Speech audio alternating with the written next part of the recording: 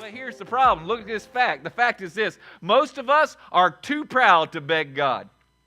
Most of us are too proud to beg God. You want to know why your prayers aren't answered? Because you think begging God is beneath you. You want to know why your prayers are bouncing off the ceiling? Because you think you're too good to beg. We're not like that mom that I see in Matthew 15, verse 25 through 28. It says this, the mom fell to her knees in front of Jesus. "Oh, Lord, help me," she said. And Jesus tested her humility and said, "It is not right to take the children's bread and throw it to the dogs." She said, "Yes, it is, Lord. Even the dogs eat the crumbs that fall from their owner's table." Then Jesus said to her, "Woman, you have great faith. You will be given what you are asking for."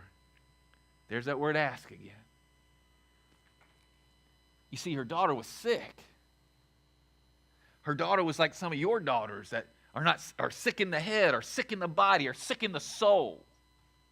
Her daughter was sick, and this mom humbled herself to beg God for help. It wasn't some "now I lay me down to sleep" prayer. It wasn't some "God is great, God is good" prayer. This woman dropped to her knees in public and begged God to heal her daughter. I still remember the first time I begged. Many of you don't know that when Joshua was in his mama's belly, one morning I came home from a run, and she had lost a massive amount of blood. So we rushed her to the hospital, and the doctor's like, "Oh, you've miscarried the baby." And it's Friday. We don't have time to do all the cleaning necessary that has to be done. But come back Monday, and we'll clean out all the stuff that's in your wife's belly.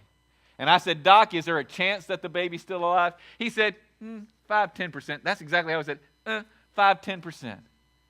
So I go home. And for whatever reason, I could not get that 5 to 10% out of my brain. And I went to church Sunday. Now, you got to understand, Randy Hand was a proud man. Randy Hand, he didn't beg nobody.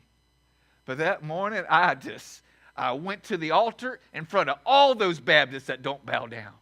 And I went to that altar, and I cried out to God. I begged him to save my son, to save my baby. And guess what? They just happened, for whatever reason, the doctor decided to do an ultrasound one more time before they went in and did the D&C. And they saw this faint little blip. And he was like, maybe I've got old equipment. So they sent us across the street, and they got the 3D monitor out. They got the color monitor out. And just barely, there was a faint beep, heartbeat that showed. If you see my Facebook account, guess what? 21 years later, he's alive and well. Why? You can't tell me. It wasn't because I begged God. I didn't say some King James Version prayer. I cried out to God to save my boy. And